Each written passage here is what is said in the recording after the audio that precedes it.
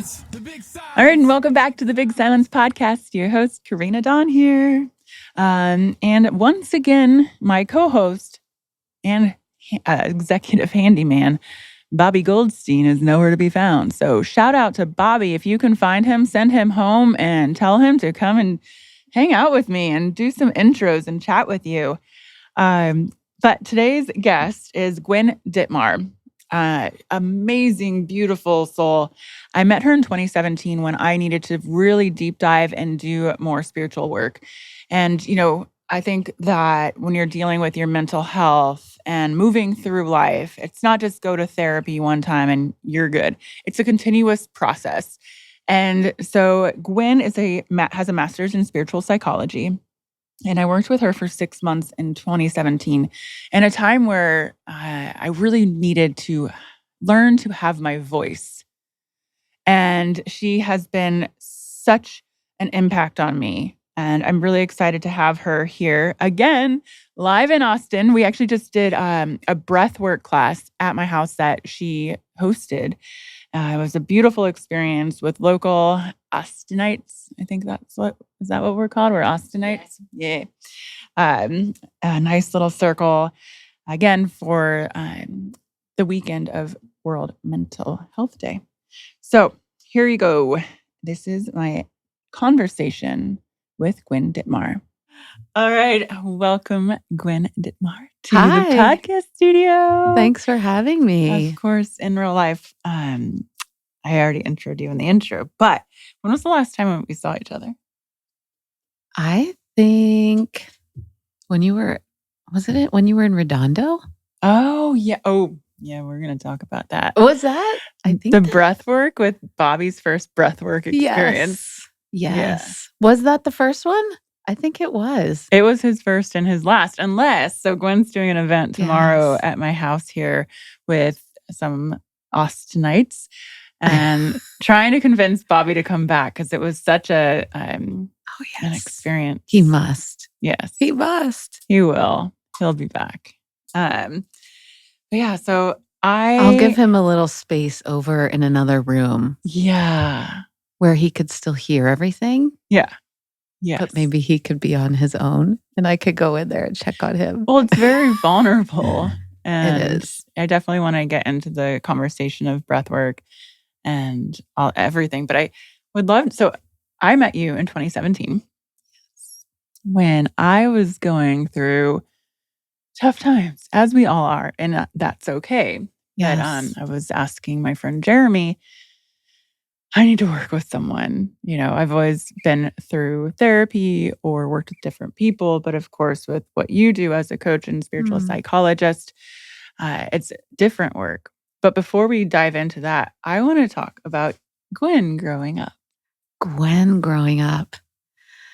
It's interesting. I was thinking about that when I was driving here, of I had a feeling that question would come up. Mm-hmm. I was always very quiet. I was very shy. I was very deep. And I think I could see people. Mm-hmm. I think I could really, really see into people. Sometimes I think there was psychic stuff. I think sometimes I could see things that were going to happen. And I would share it with my mom.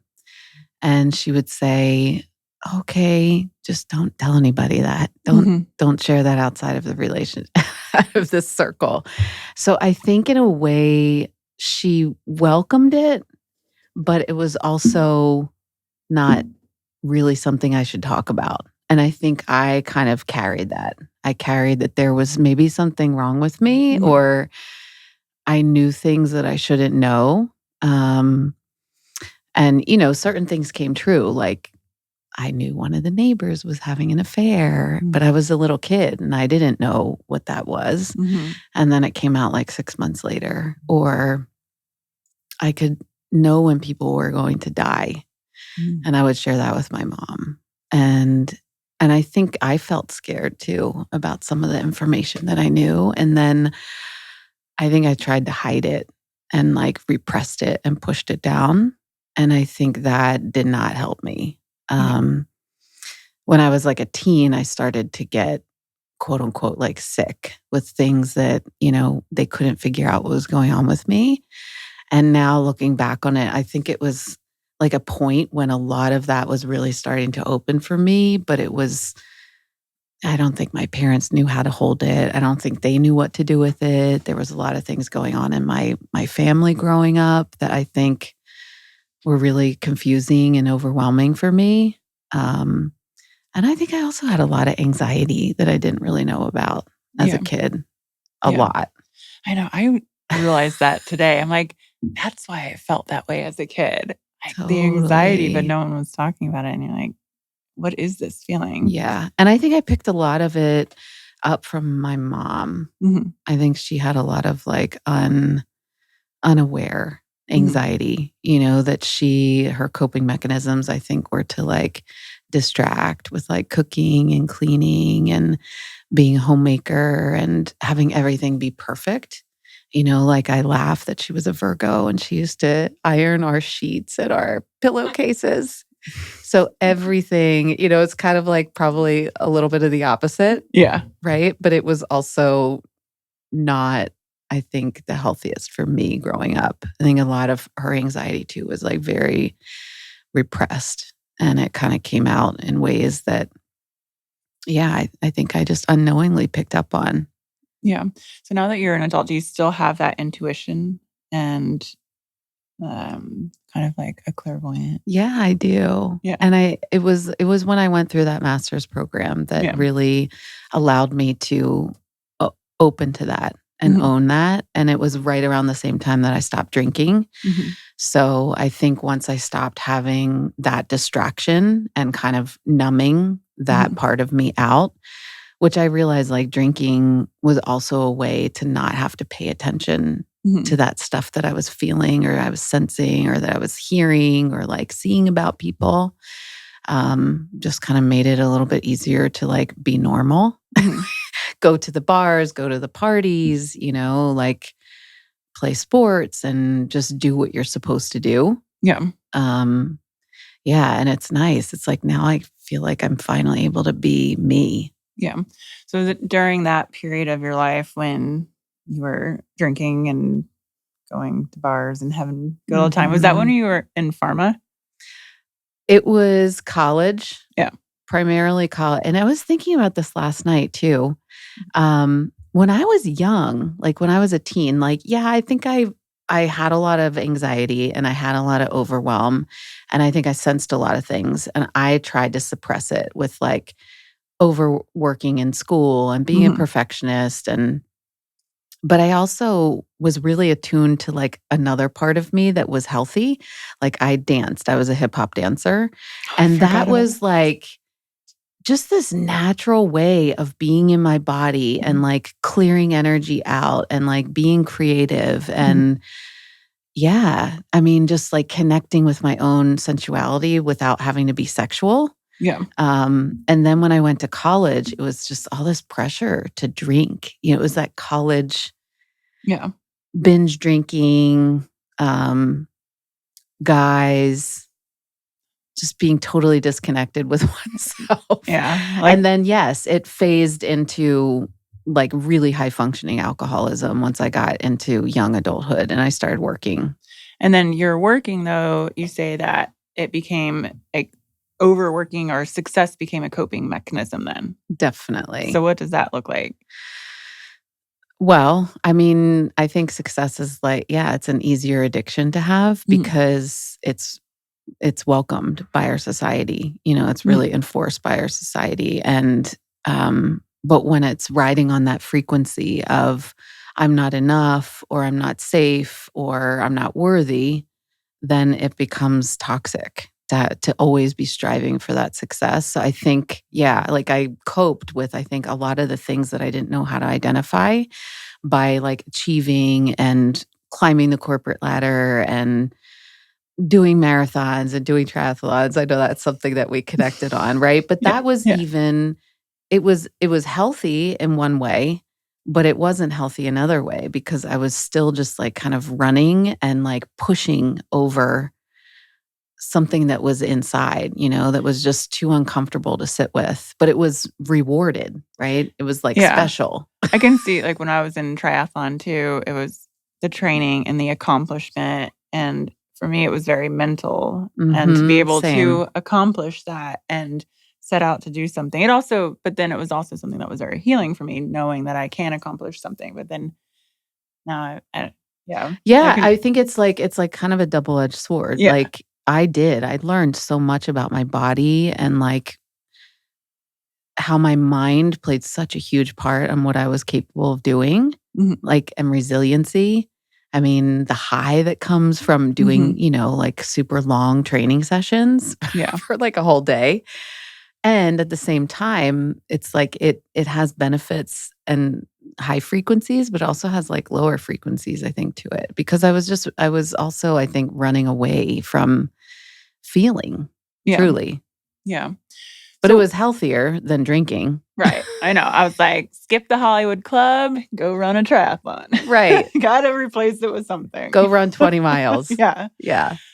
So success then and success now. What are the differences for you? That's such a great question. I'd be super curious to hear your answer to that too. You get to go first. I'll go first.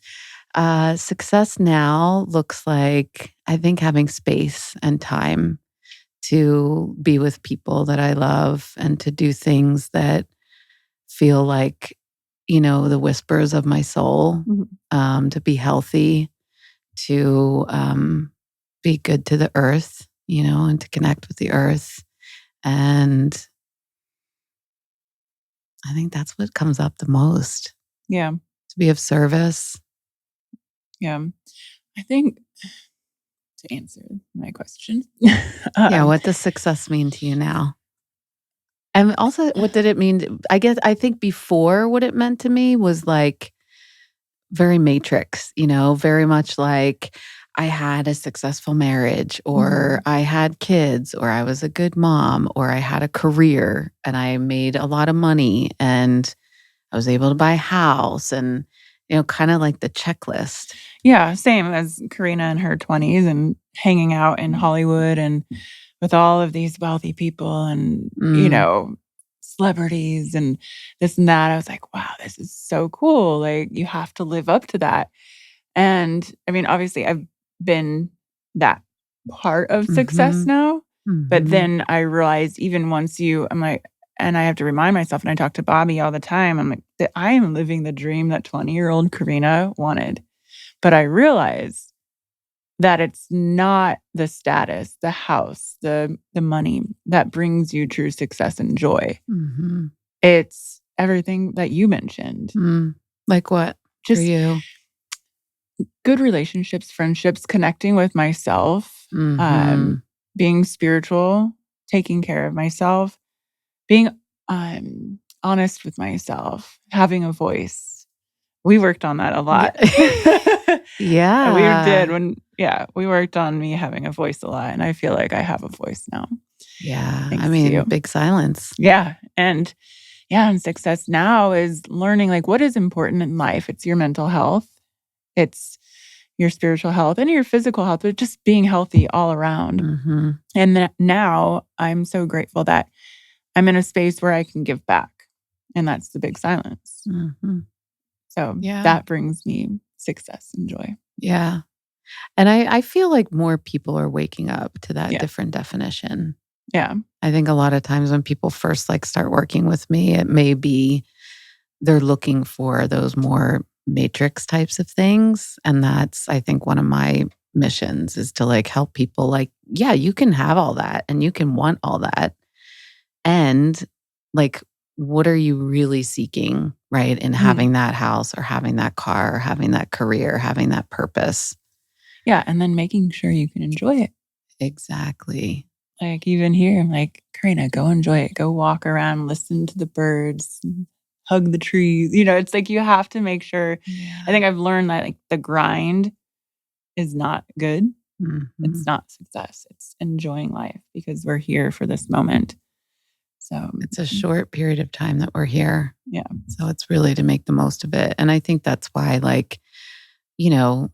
like near death or birth or like these like pivotal moments in our life really like they're filled with grief, or they're filled with, challenge, but they're also filled with like a remembering of why we're here and what we're supposed to be doing here.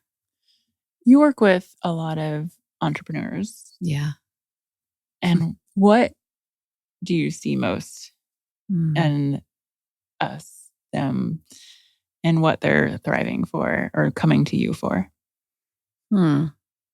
I feel like it's shifted over time. Mhm. I think earlier when I started, it was more for that like traditional success. And I think a lot of people now are waking up to the other form of success. I think like a lot of people are really like looking to answer those questions of like, who am I? Like, why am I here? What is my purpose? And how do I do that thing that I'm here, why I'm here?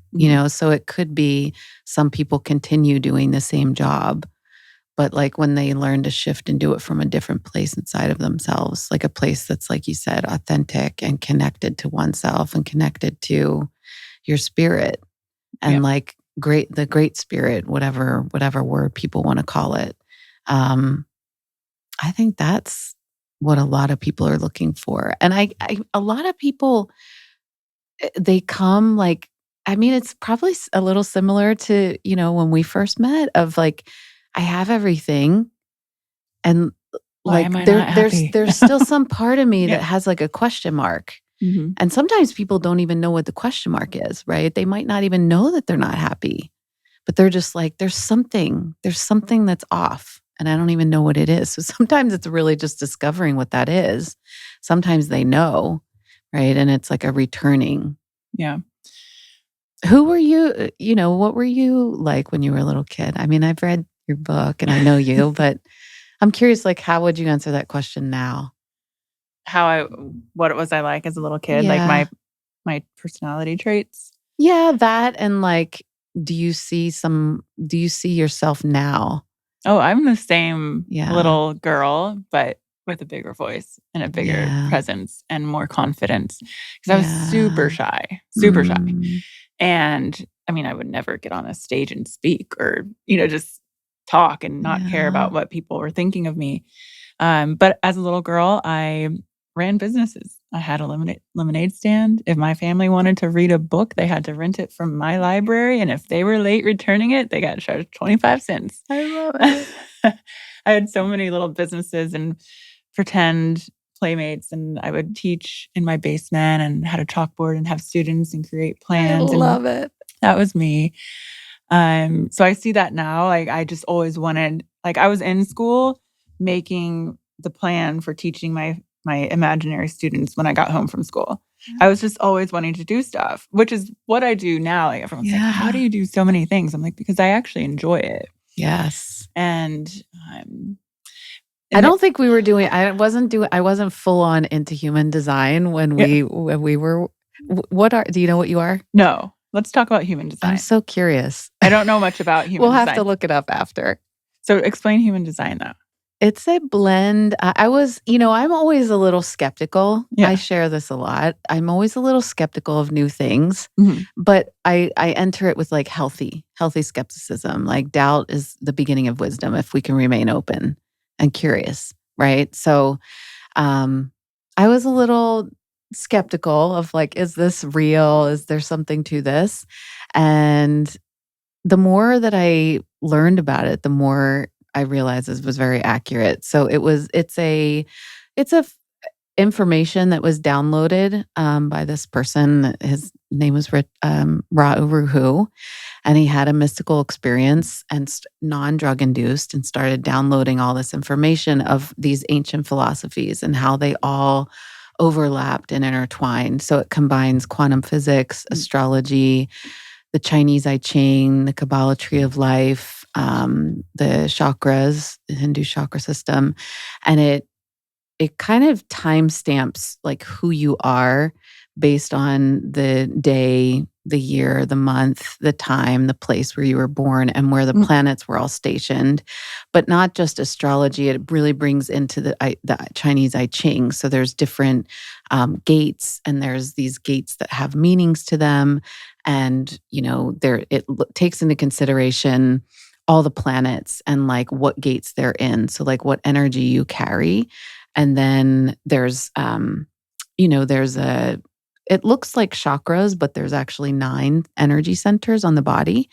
And the reason I like it, I love human design, is because it takes into consideration how humans are evolving over time. So it'll change and shift as there's big evolutions. So, instead of having the 7 chakras, there's 9, because the heart split into 2 different centers when there was an evolution of humans. And then the solar plexus split into the solar plexus and the spleen when there was another evolution. And we're going to actually come across another one in 2026, 2027. So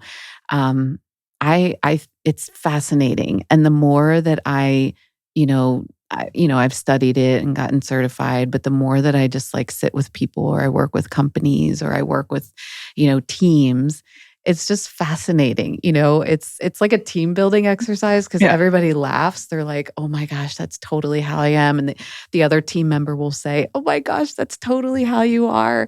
But it gives context. And I think it gives like meaning as to why we are the way we are, and why our energy works the way it works, and why some people are more sensitive. Some people get more tired easily. Some people have more energy. Some people can handle lots of different things, whereas other people, it might not be their energy, how their energy is best utilized. We'll have to do that on me. Because then the other thing is, as a little girl and now, I'm defiant. And I like to get my way, but I'm a nice person, but I like to do what I want to do. Yep. And I usually do it, even if someone, including my husband, says is not happy about it. Is not happy. But even in business, I take risk.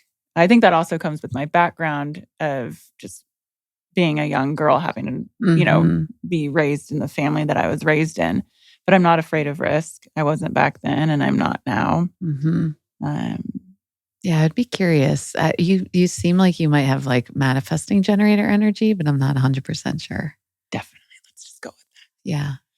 So, because manifesting generators, they were a new evolution of beings too.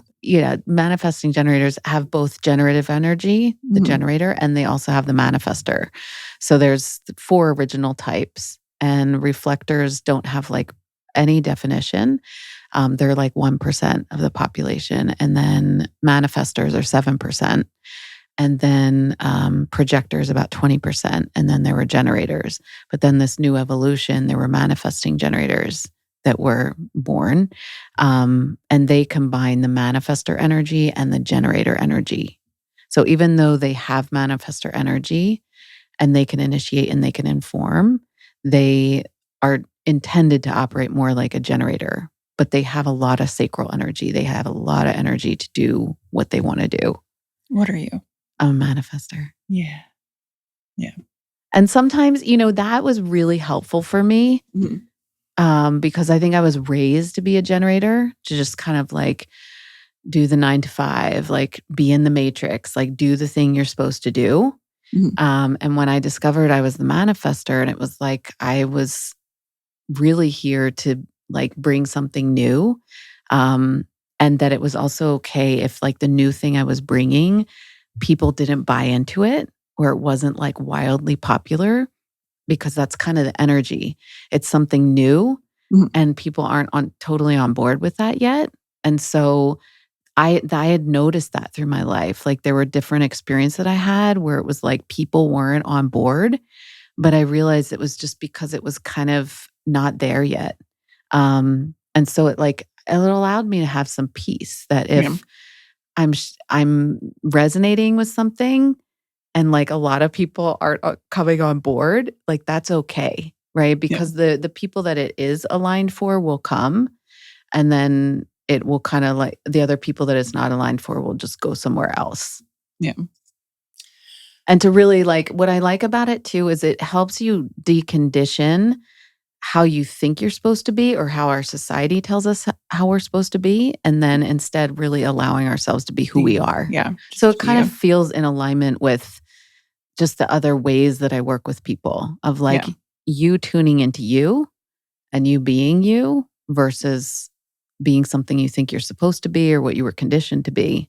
Yeah. Or that you're confused on what you are. Like, who am I? Yeah. Exactly. Well, yeah, that'll be interesting because you said, I don't consider myself having a lot of energy because I am pretty tired a lot, but I have a lot of drive and things I want to do. And that's what gives me the energy, I think. I don't know what that means. We can talk about it later or now or what, but I just and a can't lot of sit still. times too, these non-sacral types, like the reflector, the manifester, and the projector, they can tend to operate more like a generator or a manifesting generator until it's usually around like 30 to 40 and they kind of like hit a wall and it doesn't work anymore. Yeah. And they have to completely shift. So that's why I'm kind of wondering, are you a manifester or are you a manifesting generator? We'll have to find out. Yes. I'll be We'll curious. report back on that. So I want to ask you, so I've been through tons of therapy, EMDR, talk therapy, other therapies. And then with you, it was a different experience as a coach. So what is the difference between the two? Because even I know, I always like to go through self-improvement. But how would you explain to someone looking for a coach versus a therapist?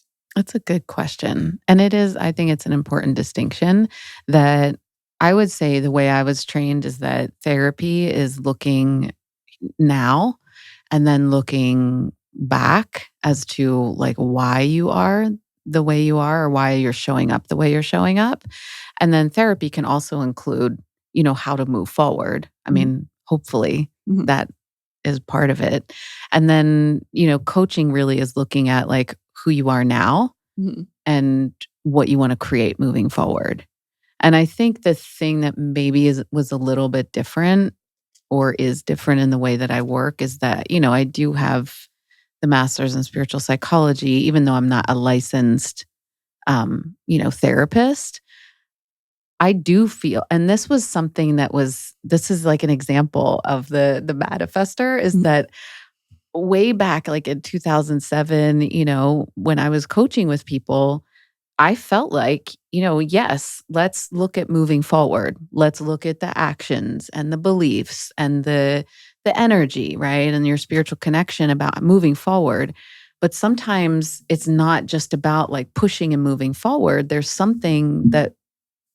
like moments, right? Where like energy or belief or action or pattern gets solidified. And so it's like, we have to look at that in order to be able to move forward. That wasn't very popular at that time. I mean, coaching really wasn't popular in like 2007. Not even in 2017. I was like, when I met you, I was like, coach? I didn't, but exactly. And that was a perfect example of like, I was doing something, but people weren't totally buying into it. And so I could have bought into the belief that like, I'm not enough or there's something wrong with me or I don't have any value or I'm just an imposter. But like knowing, right? Like there was also a knowing inside. And then, there's been this whole wave of like trauma, right? Trauma playing a really important part in why sometimes we don't move forward.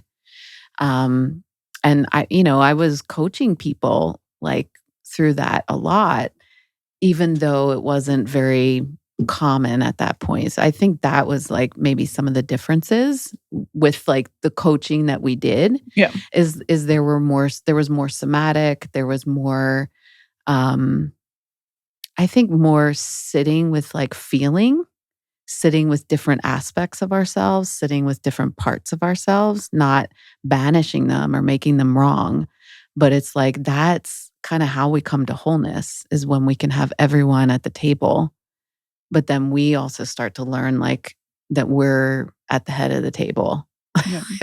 We're the ones like leading the show versus them leading the show. And I think a lot of times that's like what people have gotten caught up in, right? Is there's some aspect of them that is a triathlete, right? That's like really great. It's really wonderful. And sometimes if that's leading the whole show of their life, that may not be bringing them the fulfillment that they're deeply desiring or that they've been longing for.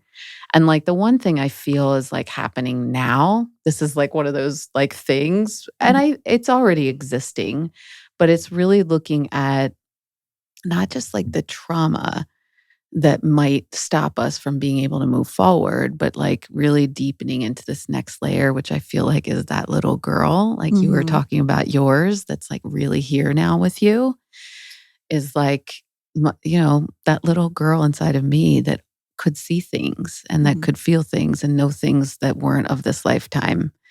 And that I feel like sometimes that's a part of why we don't move forward. Yeah. Or why we're blocked or we're stuck or there's something happening, right? Is like something could have happened even before this lifetime. So I just see humans like in this, self-discovery and I don't want to say self-improvement because we're enough just as we are. Yeah, but like this like self-discovery is that it's like we were looking at, like coaching, traditional line coaching. And then like we kind of opened as a collective into how the past shapes us, like our own childhood.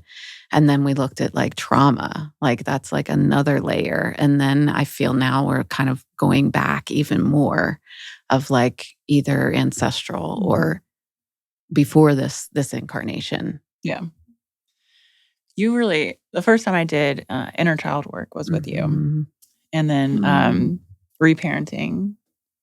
And can you explain like what that is? Because that was really helpful. Yeah.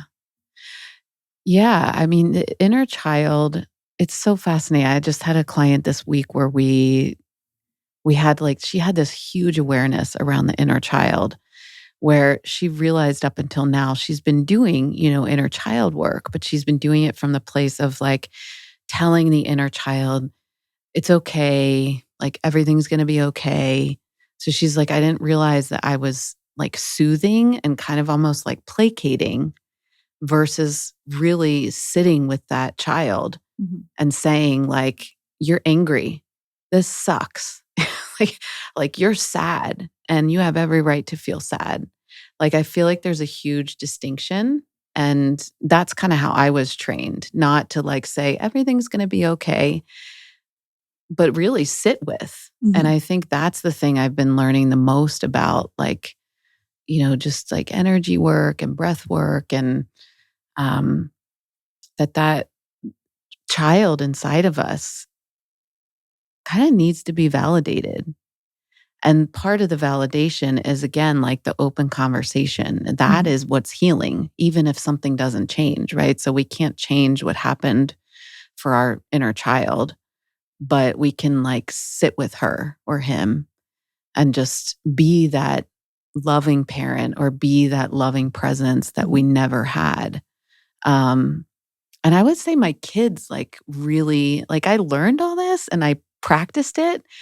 But then it was like once I finally had my own kids and I could see that like when they were angry, about something to me as an adult that wasn't very important, like they want the green cup and they're getting the red cup and they're really angry about the red cup, right? But like just kind of dropping in and being with their anger, right? Maybe we lost the red cup or it was in the dishwasher or something and like you have to have the green cup.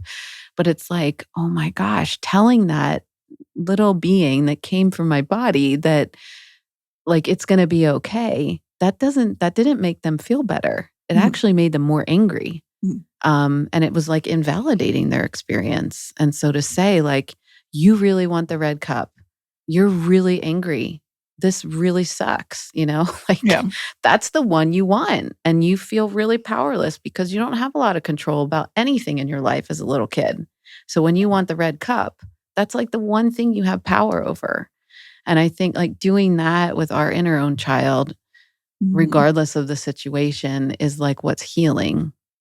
Not that because we can't change what happened, but we can change like the energy that's existing inside of ourselves and letting those little parts know that they are loved and they are seen. They're allowed to be angry or sad. Yeah. What was one of the like pivotal moments, would you say? For for your inner child? Well, you obviously know the story with my mom and not having a mother and a child with a mother. Mm-hmm. So learning how to treat myself like the little Karina. Yeah. How to talk to myself like that little girl. Yep. You had me write letters. I'm going to get emotional again. But, you had me write and letters. I'm like, let it come on. Let it come forward. It's healing. Letters. And it was just like, I learned that I can reparent myself. I think that's the right term. And let myself know what a good little girl I am. Yeah. How loved I am, how worthy I am. And, I would write letters to my mom that she would never see and stuff like that really helped just to like get it out there. But it was really learning how to love yourself. And you don't realize necessarily that you're not giving yourself enough self-love. Yes. It's, it's a tricky thing. And just when you just free write and you're writing all this stuff and about yourself, you're like, oh, wow. Okay. This is real. This is true. So I think that really helped me. Mm-hmm. And then once I felt worthy and not just knew I was worthy, like I know I am, then that helps me have the voice. Yeah. Yeah. I mean, even just, and I think it's like a continual like discovery, discover and discard, rinse and repeat. Yeah. Like for me, we kind of mentioned it a little bit before the podcast, but like when I moved through the divorce, I was like, what is happening here? You know? And it wasn't until I realized that, I did a lot of deep work and I realized that there were even still some things, in my childhood that I hadn't really resolved inside of myself. And there were things that I hadn't really seen. And I just really acknowledge you. And I think anybody who seeks out support, whether it's a therapist or a 12-step or, some other type of nonprofit or healer or coach, because there's like a willingness to be able to look at oneself and have a neutral person looking. Because like neutral people can see things that we can't see in our own myopic experience. And so, I realized like, wow, there were things in my childhood, like with my dad and with my mom that really shaped. And I didn't realize it until I moved through the divorce of like why I had still chosen something that like really didn't feel aligned, in the end. Yeah. And there were beautiful, I think, spiritual reasons also. I mean, my son and tons of healing, I think, for both of us. Yeah. But that was big, to like look at that and then learn to be with myself in like a whole nother way. Like I had done it in so many ways. And I think that's why it was so shocking but I'm a huge proponent that like sometimes these shocking experiences, or if they're not shocking, they can still be big, for our transformation, that they're really here like for our blessings and for our journey.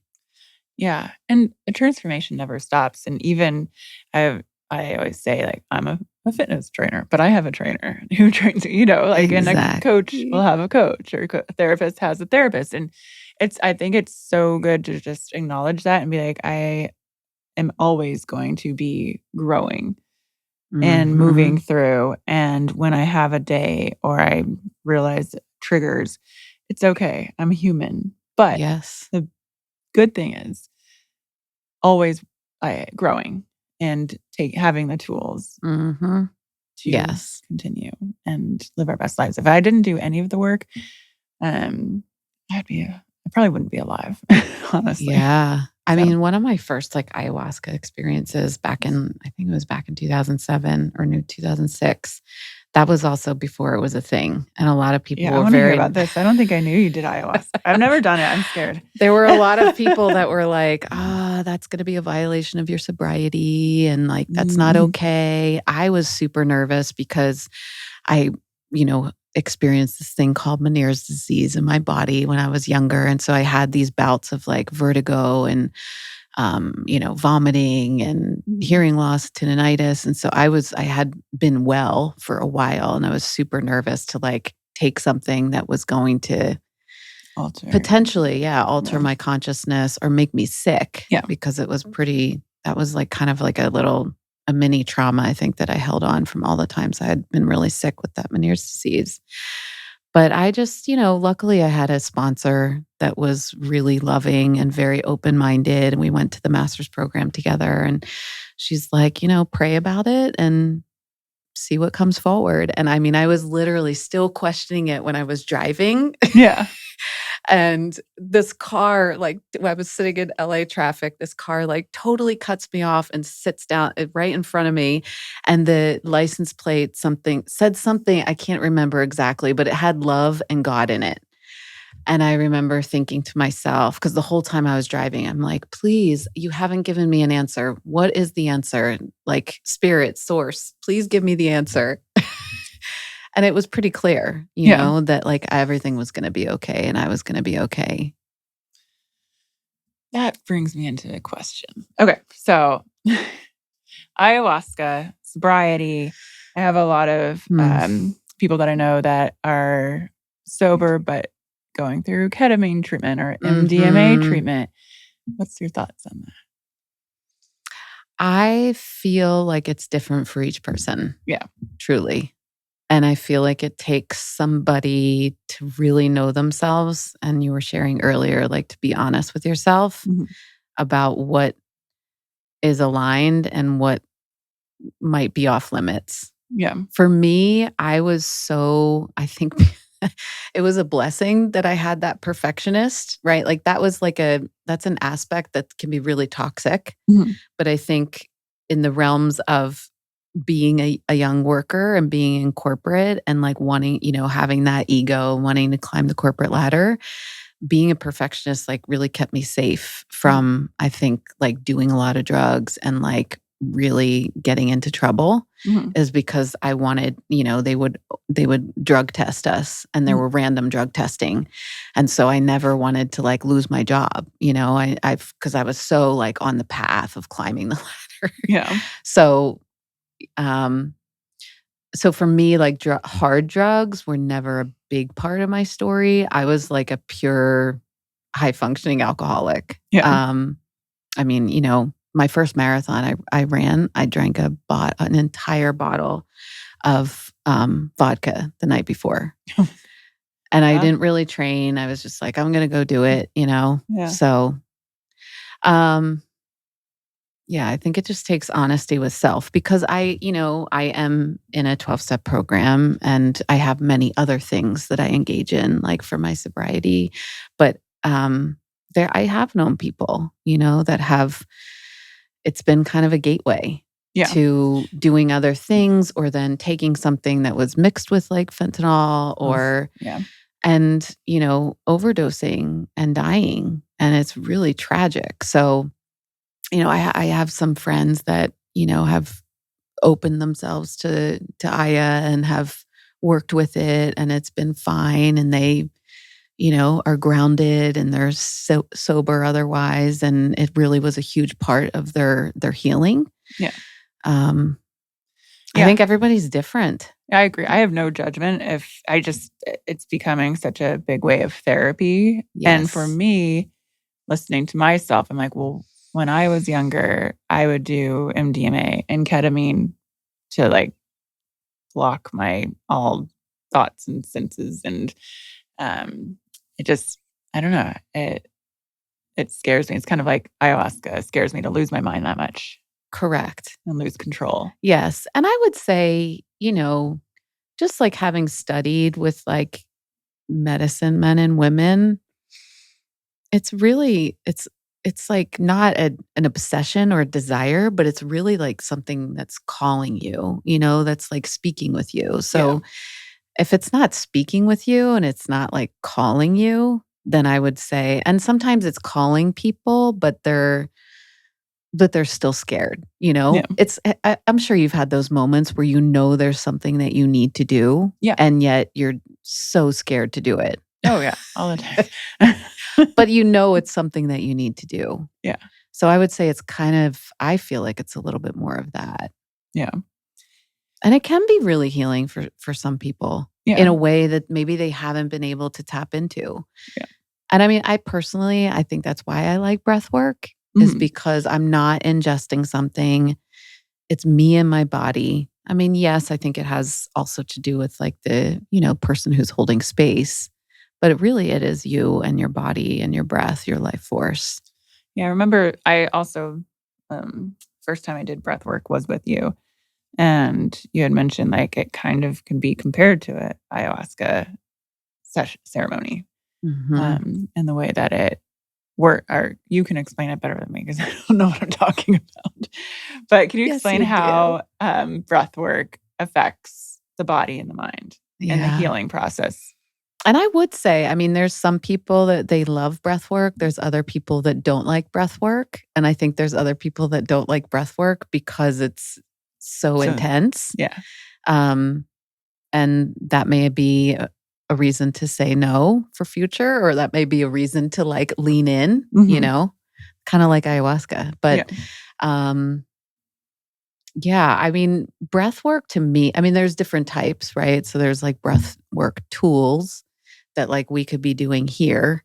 And then I think there's some breathwork tools that like we wouldn't be able to keep talking, like breath of fire, or maybe even the Wim Hof. Like you kind of really have to hold your breath for a while.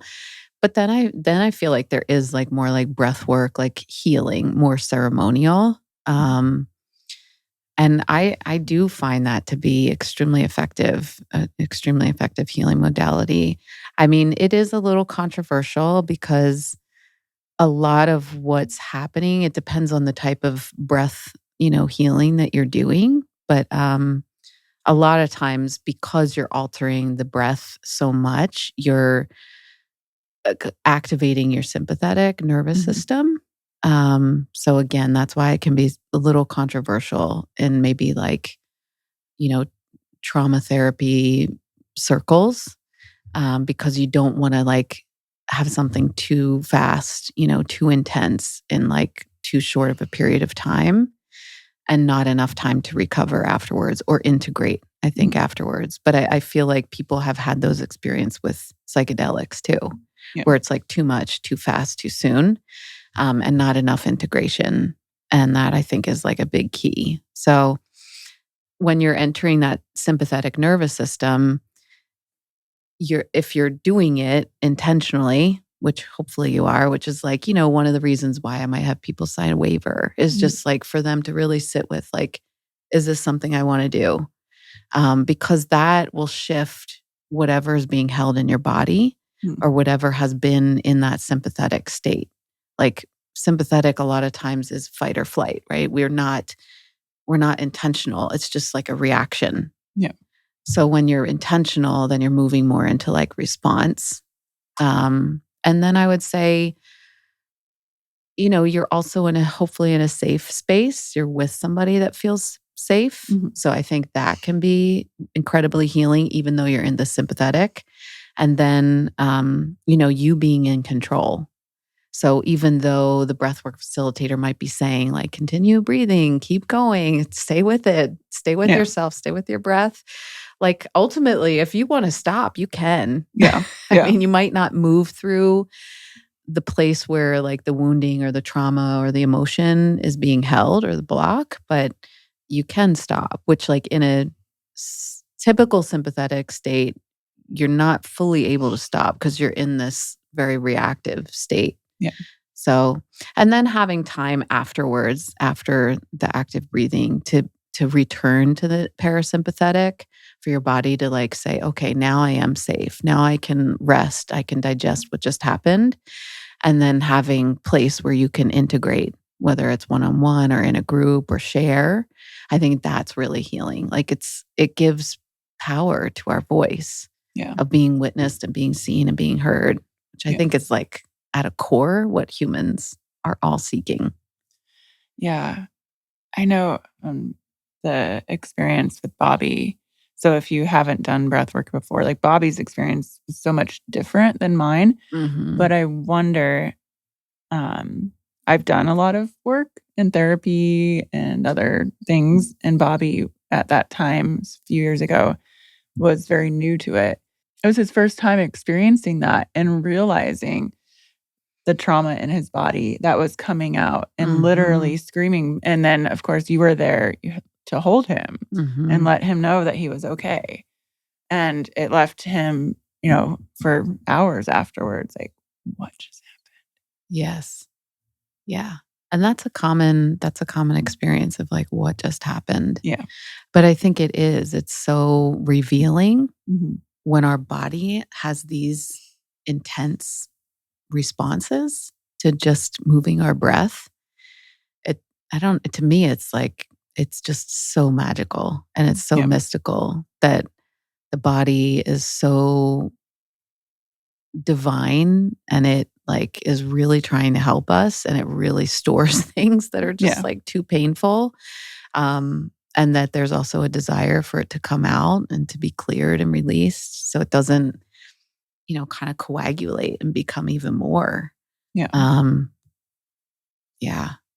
So I want to go back and probably our last question here. But you mentioned trauma blocking you from moving forward. If someone's listening and like, how do I recognize that? Like, what I didn't even know. Is that trauma blocking me from living my dreams in this life? How do I recognize it? And what are the first steps? Good question. I would say if the thing that you're wanting to create in your life, I think this is kind of more from a coaching perspective, right? Looking forward. So if the thing that you want to create in your life isn't necessarily happening and you've been working with it, right? Or like maybe somebody has been reading books or they've been following different people on Instagram. And they've been like self-studying, self-learning, discovering and discarding, but they're still kind of bumping up against something that they don't really know what it is. I would say it probably has something to do with that. Yeah. Right? Because like that was like the most common thing that I experienced. And then like what I started to really recognize with my clients was that like I'm doing all the visioning, I'm doing all the vision boards, I'm doing the manifestation, I'm changing my thought patterns, I'm taking different actions, right? But if there's something that just keeps coming up, to me, there's something more there that sometimes the tools that we're given might not actually be touching, but it's still looking for us to look at it. What do you think? I agree. And I know anything for myself on if I'm not doing something that I've wanted to do or accomplish, I'm my own worst enemy. But I can recognize it. And it's the trauma. I mean, my mom passed a little over a year ago now, and then it was like new trauma. So then, even though it's been a year, I'm still like something's blocking me with certain things. But I can recognize that. And I know all my tools. I know when I'm self-sabotaging or not meditating or not, working out. Totally. Yeah. I mean, I noticed that I mentioned like the divorce. Like I recognize like there's some part of me that just something's not clicking. Yeah. There's something more to discover, like, and looking at like, why did I co-create that? Yeah. Why did I co-create that experience? And like, what is some part of me seeking that maybe I'm not fully seeing myself? Because I think we just get these blinders, and I think that's why it's so helpful to have somebody in our lives who's not our partner, who's not our friend, who's like a neutral person. Yeah. That can really say, I'm not involved with you at all. Like, so they don't have any skin in the game. Yeah. And they're just like, hey, listen, this is what I'm seeing. Is there something more there? Yeah. Yeah. I agree. Well, Gwen, any last words you want to share with anyone? I think it's like, listen to those whispers inside. those callings, because I think there's something there. Yeah. Thank you, Gwen. Yeah. Thank you. All right. And you can find out more about Gwen and where to find her in the show notes. Thank you. Thanks. The Big Silence. The Big Silence.